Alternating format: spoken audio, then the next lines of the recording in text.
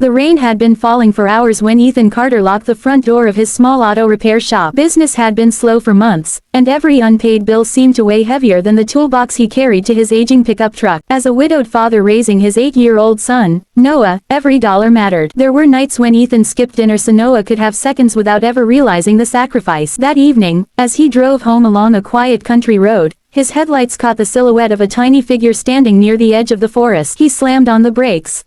A little girl, no older than 6, stood barefoot in the pouring rain, hugging a worn teddy bear. She looked terrified. Ethan quickly grabbed his jacket and rushed toward her. "Hey, sweetheart, are you okay?" The little girl looked up with tear-filled eyes but didn't answer. "My name is Ethan. You're safe now." She whispered only one word. "Mommy." Looking around, Ethan saw no cars, no adults, nothing except endless trees. He wrapped her in his coat and brought her home. Noah greeted the frightened girl with a warm smile. "You can have my blanket," he said. It was the first time the little girl smiled. After calling the police and reporting the child, officers explained that a massive search was already underway. No missing child report had ever attracted this much attention. Helicopters, search dogs, federal agents. Something about this child was different. The next morning, black SUVs surrounded Ethan's modest home. Men in dark suits stepped out first. Then came a woman dressed in an elegant white coat. She moved quickly toward the porch. The little girl ran into her arms. "Mommy." The woman held her tightly, tears streaming down her face. For several long moments, nobody spoke. Finally, she walked toward Ethan.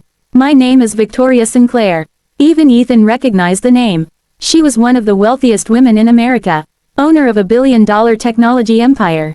But despite her fortune, she looked like nothing more than a desperate mother who had almost lost everything. She extended her hand. "You saved my daughter." Ethan nodded awkwardly. Anyone would have done the same. Victoria looked directly into his eyes. "No, they wouldn't." She glanced toward the kitchen where Noah was sharing breakfast with her daughter. "They treated her like family." Then her expression suddenly changed. "There is something you deserve to know." Everyone became silent. Victoria slowly removed an old silver necklace from her purse. Inside was a faded photograph. Ethan froze. The picture showed himself as a teenager standing beside a smiling young woman, his younger sister, Emily. She had disappeared nearly 20 years earlier. "Where did you get this?" Ethan whispered. Victoria took a deep breath. "I knew Emily." The room fell completely silent. Years ago, Victoria and Emily had attended the same university. They became inseparable friends. One summer, Emily vanished without explanation.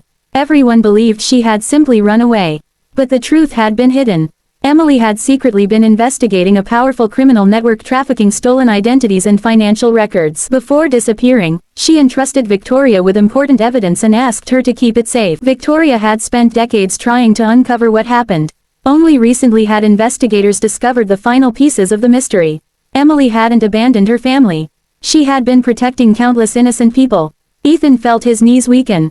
For 20 years, he had believed his sister had chosen to leave them. Now he learned she had sacrificed everything for others. Victoria gently handed Ethan a sealed envelope. "It belongs to you." Inside was a handwritten letter. Ethan recognized Emily's handwriting instantly.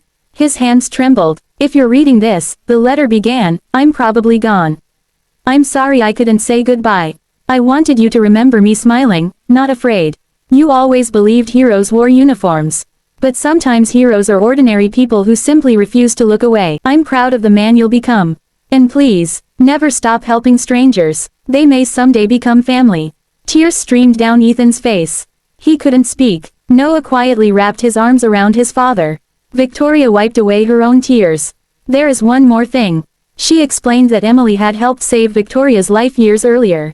Without Emily's courage, Victoria would never have built the company that eventually made her a billionaire. "I've spent my life trying to repay a debt I could never repay." She looked around Ethan's aging house. "The person Emily loved most was you. So today, I'd like to honor her." Ethan assumed she meant a donation. Maybe a scholarship. Instead, Victoria smiled. "I've purchased your repair shop." His heart sank. "You bought it?" "Yes, and I'm giving it back." She handed him another folder. Inside were legal documents. His garage had been completely renovated. New equipment, new tools, every debt paid, every employee rehired. She had even established a college fund for Noah. Ethan stared in disbelief. "I can't accept this." Victoria gently shook her head. "You're not accepting charity. You're accepting a promise Emily asked me to keep." Months later, Carter Auto Repair became one of the busiest shops in the county. Ethan hired veterans, struggling parents, and young apprentices who needed a second chance. A framed photograph of Emily hung proudly in the office. Beneath it were the words from her final letter. Never stop helping strangers. Every customer asked about the picture. Every customer heard her story. Because one rainy night, a single father chose kindness without expecting anything in return.